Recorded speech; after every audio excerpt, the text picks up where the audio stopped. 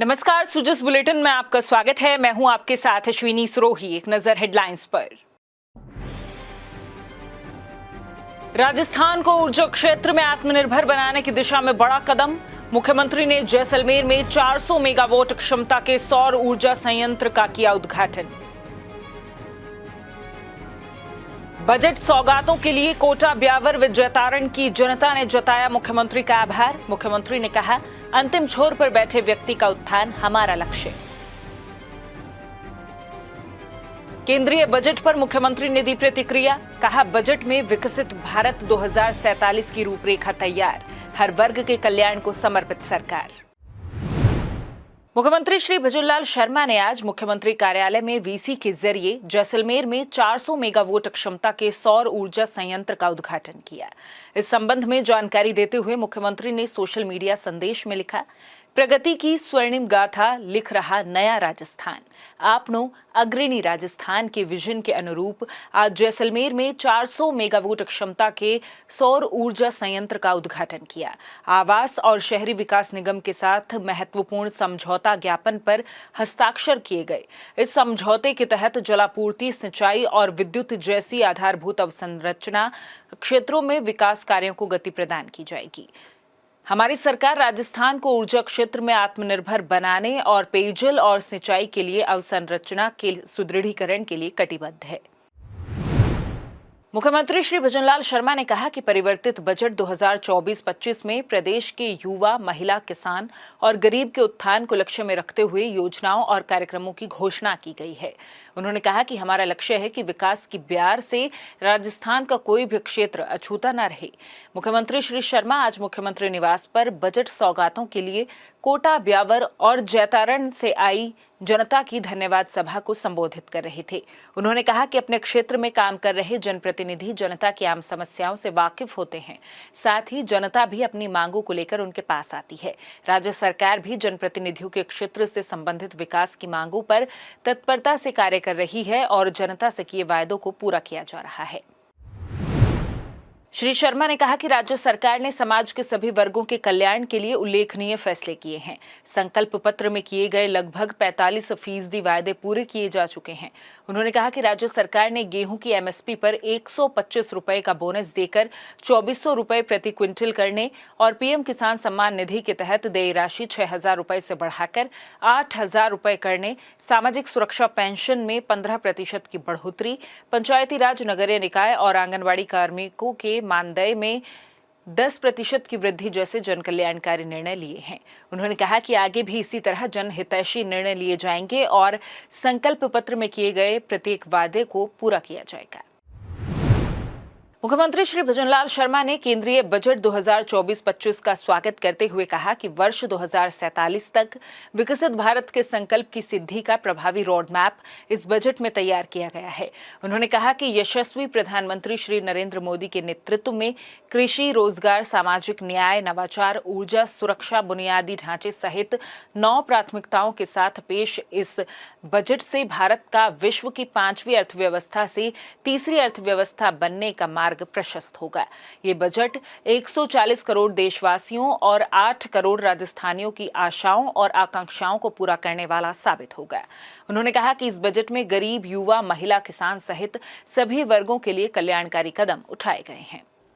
देश के यशस्वी प्रधानमंत्री श्री नरेंद्र मोदी जी की तीसरी बार केंद्र में बनी सरकार का ये पहला बजट संसद में वित्त मंत्री श्रीमती निर्मला सीतारमण जी ने पेश किया। मैं धन्यवाद देना चाहता हूं देश के यशस्वी प्रधानमंत्री जी को और हमारी वित्त मंत्री निर्मला सीतारमण जी को कि ये बजट पूरी तरीके से युवाओं, महिलाओं, गरीबों, किसानों को समर्पित है। ये बजट प्रधानमंत्री जी के 2047 का विजन है।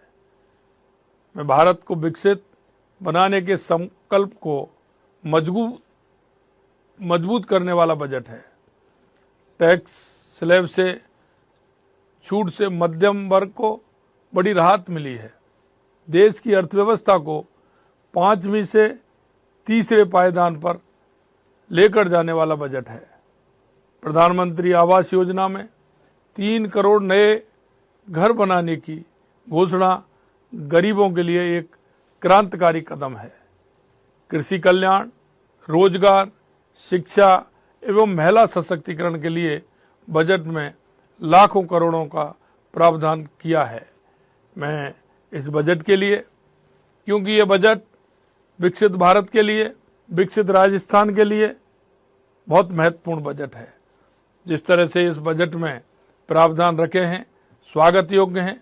मैं पुनः देश के यशस्वी प्रधानमंत्री जी का, हमारी वित्त मंत्री जी का बहुत बहुत स्वागत और अभिनंदन करता हूं। वहीं ऊर्जा राज्य मंत्री श्री हीरालाल नागर ने आज विधानसभा में कहा कि प्रदेश में पूर्ववर्ती सरकार के समय के पंजीकृत सभी 98,23,314 घरेलू उपभोक्ताओं को मुख्यमंत्री निःशुल्क बिजली योजना का लाभ दिया जा रहा है। उन्होंने स्पष्ट किया कि राज्य सरकार द्वारा योजना बंद नहीं की गई है और न ही इसके प्रावधानों में कोई बदलाव किया गया है। ऊर्जा राज्य मंत्री प्रश्नकाल के दौरान सदस्य द्वारा इस संबंध में पूछे गए पूरक प्रश्नों का जवाब दे रहे थे। राजस्थान में कुल 1,29,968 उपभोक्ता हैं। कल भी मैंने कहा था बैठ के बाद, जिनमें से प्रश्नकाल पहला शुरू ही हुआ है। वर्तमान में जिन कुल उपभोक्ताओं को रजिस्ट्रेशन कराने के बाद, जो आधार से जुड़ने के बाद रजिस्ट्रेशन कराने के बाद 98,23,314 उपभोक्ताओं को लाभ दिया जा रहा है। अनुदान कुल इनमें 5,791,00,000 इनको अनुदान दिया जा रहा है। जो अनरजिस्टर्ड उपभोक्ता हैं वो 30,86,654 हैं। इनमें कई उपभोक्ता ऐसे हैं जिनका आधार डबल था, जिनका रजिस्ट्रेशन होना संभव नहीं था। कई उपभोक्ता ऐसे हैं जिन्होंने स्वेच्छा से रजिस्ट्रेशन नहीं करवाया। पूर्ववर्ती सरकार ने जो प्रावधान किया है, हमने भी ये कहा था कि हम पूर्ववर्ती सरकार की जो योजनाएं चालू किए उसको बंद नहीं कर रहे हैं। ये अभी चालू है और इसको निरंतर चालू रखा जा रहा है। नगरीय विकास राज्य मंत्री श्री झावर सिंह खर्रा ने विधानसभा में आश्वस्त किया कि सिविल लाइन से जयपुर में निर्माणाधीन रेल ओवरब्रिज का निर्माण कार्य इस साल दिसंबर महीने तक पूरा कर दिया जाएगा। उन्होंने बताया कि राज्य सरकार द्वारा पुल निर्माण का काम समय पर पूरा होना सुनिश्चित करने के लिए जयपुर विकास प्राधिकरण के अधिकारियों को निर्देशित किया गया है।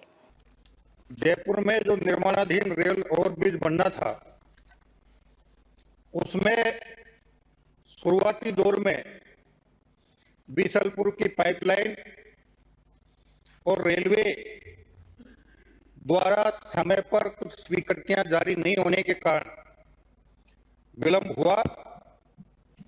उसके बाद काम शुरू हुआ और प्रथम संवेदक ने जो ढिलाई उसमें बरती, इसीलिए उस पे जुर्माना भी लगाया गया और उसका ठेका भी निरस्त कर दिया गया, डीवार भी कर दिया गया।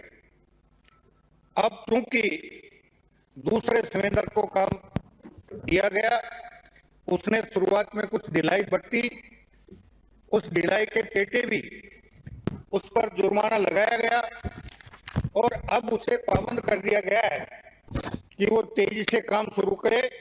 वैसे अगस्त उसकी आखिरी डेडलाइन है, लेकिन मैं सदन को आश्वस्त करूंगा कि जिस प्रकार की परिस्थितियां हैं, दिसंबर 2024 से पहले इस ओवरब्रिज का निर्माण कार्य पूर्ण हो जाएगा।